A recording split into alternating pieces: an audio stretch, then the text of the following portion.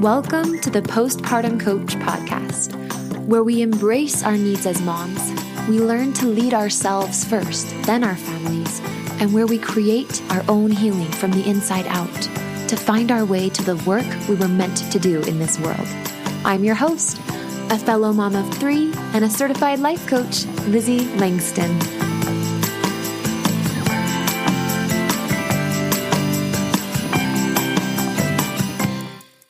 Hi, everybody. Welcome back to the podcast, you beautiful mamas. So I am so excited to share something with you that happened in my life recently. And this episode, I kind of just want to gush a little bit and share with you some things I've been learning and this powerful moment, like I said, I'm going to tell you about. And I want to give you 3 thoughts that have really helped me to hold the space for the inner child in me that might have some insecure or disorganized attachment, right? Like I'm going to talk a little bit about what attachment is. So this episode coming at you today is just kind of a smattering of some things that I've been learning about recently. And I think in future, I would like to maybe do a little bit more in-depth coverage of each of these things one at a time. But today I didn't want to withhold anything from you that I've been learning because I want to always give it to you for your gain and your benefit as well. I also wanted to tell you that I will give a $25 gift card to the first 5 people. So $25 for each of 5 people that leave a review on my podcast. Here are the requirements. It has to be a written review, and you have to put down your stars and the words, okay? So not just stars, but stars and words, which usually you go to do your review, you tap the stars, you put in your username, you get to choose what that is, and then you write the words and you submit it. And the first 5 that show up on my podcast app when I look at my reviews of my own podcast will be there. If you would like to email me as soon as you've done the review to let me know you've done it, then I can confirm a little bit more easily who sent a review when, just so that we don't have anybody thinking, oh, I sent it this day, but the person that you gave the gift card to said she sent it that next day. So just to leave no room for error, once you've submitted the review, just email me, Lizzie@LizzieLangston.com, and I will give you $25 if you're one of the first 5 people to leave me a new review. Okay, so just review the podcast, email me, Lizzie@LizzieLangston.com, and I will gladly get you $25 if you're one of the first 5 people to do that. I wanted to say that I don't want you in the reviews. Don't be like, I'm leaving this review so I can get money. Thanks. Bye. I don't think any of you would do that, but this is not to make you fake a review of this podcast. Rather, I'm hoping that those of you who genuinely love this podcast and just are busy and forget or whatever, don't make time to leave reviews. I just want to give you a little boost to help you out because I know it can be hard to leave a review, even if you are grateful because you're busy. And so this is just a little fire under your bum to help you get that done because you've been wanting to do it anyway. And I super appreciate it. And again, just the first 5 of you that do that will get $25. So, yeah. And I will, if you email me, if there's already been 5 and I don't email you back, or I do email you and let you know there's already been 5, then you'll know. And if you're one of the first 5, you will hear back from me with a gift card thing. So don't be sad at me if you don't get the gift card because I can't give it to everyone, but the first 5, great, good for you. And for everybody who does it but doesn't get a gift card, just know that I'm so grateful and thank you for participating. All right, so here's what I wanted to share. And I really don't want to share like deep, intensive details because when I talk about my life, it's nice to have some space, right? To be me and have my life.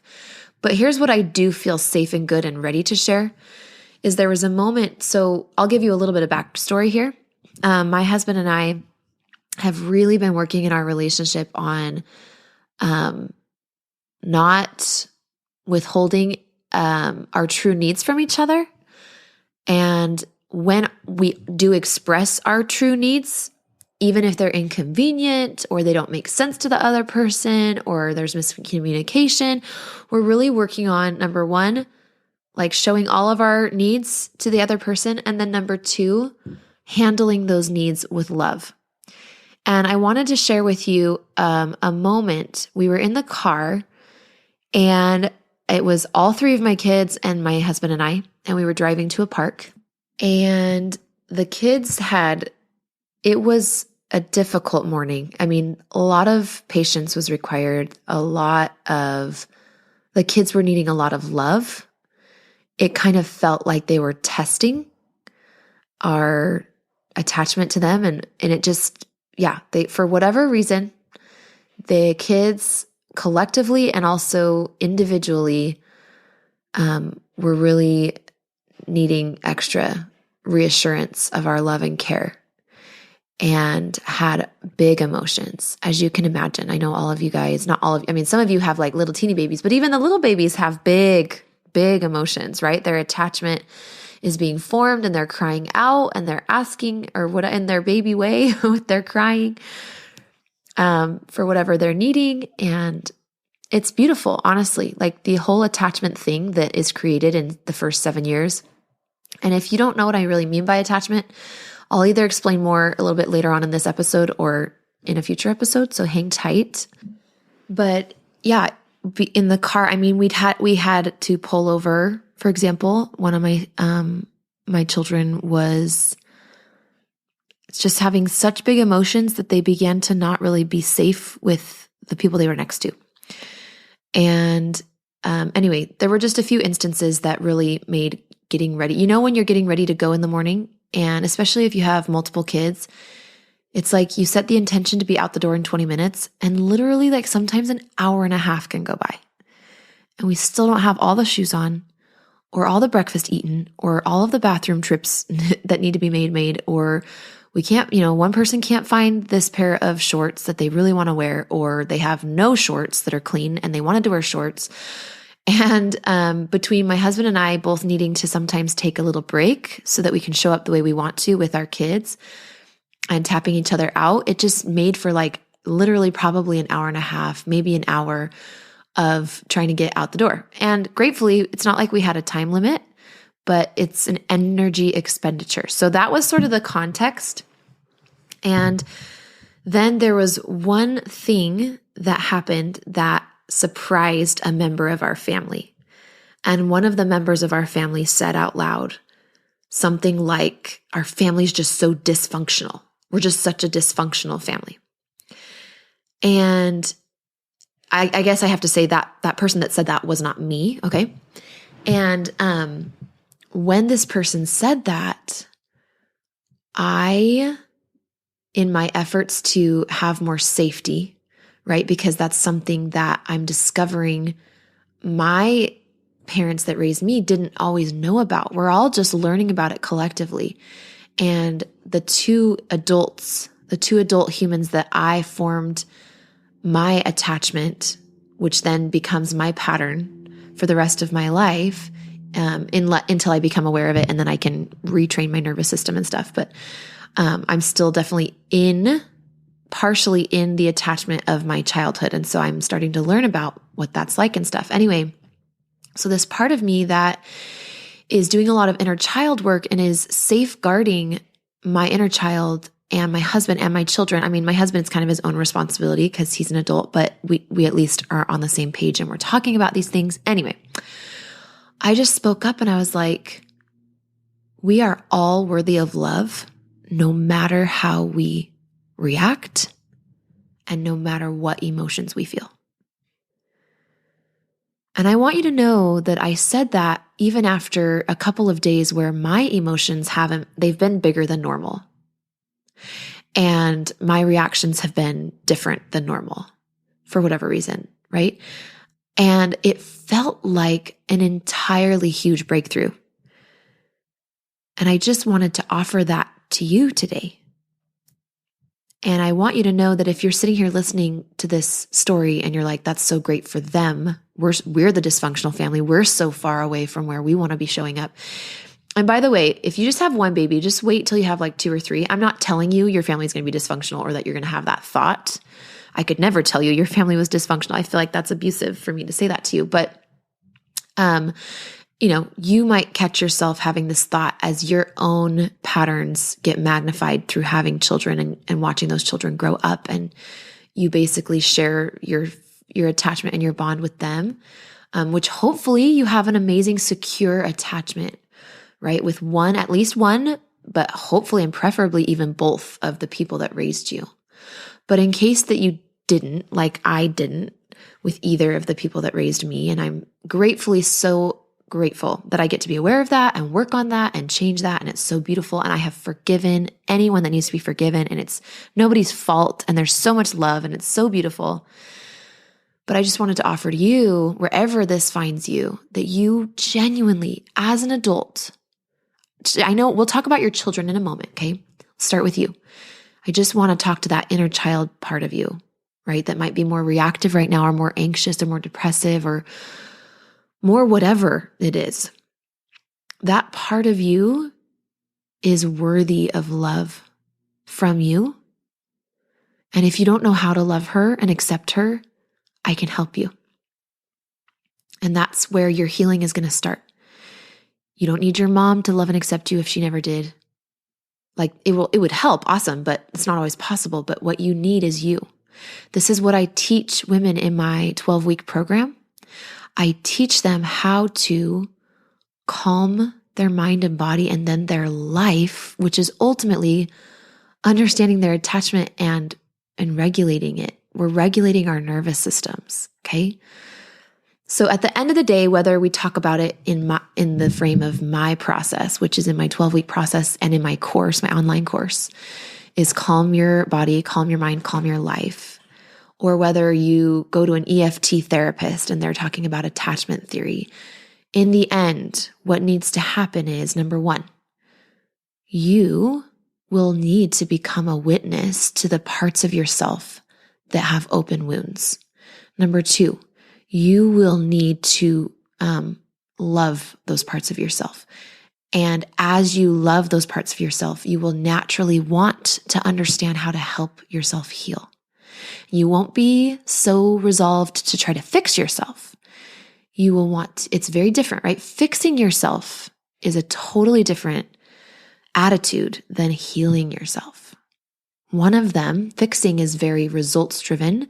It's kind of pokey and impatient and like hurried and urgent and very impatient, like I said, and there's a lot of judgment. But you try not to judge because you know that you shouldn't judge in order to have the results, but you just want the results. That's not what I'm talking about. What I teach my women, my moms in my program, is how to create a space that you need to heal, like really actually heal yourself. If you hear any weird noises, my dog is on the couch and he might be licking his fur and yawning. All right, so that's what you need. So number 1, you're going to need to see and be able to detect those parts of yourself. Number 2, learn how to love those parts of yourself. And then number 3, be able to slowly over time pick up the pieces. Okay? So in my 12-week group program, the first section is Intro to Healing. And in Intro to Healing, you're going to learn how to stop being urgent and how to slow down and how to create an attitude of healing and a container of healing, both in my group and also between you and yourself. Then you're going to learn how to extend that and advocate for your needs and set boundaries in relationship with your anxiety, your depression, your husband, your children, and possibly your mother or your father or caregivers that raised you, that there might be turbulence in those relationships. Okay. And that is the best part. That's the most amazing thing. We can learn. So I just wanted you to know You are worthy, no matter how much anxiety and depressiveness, no matter how functional or dysfunctional you are. If we want to use those words, which you don't have to if it doesn't serve you, okay?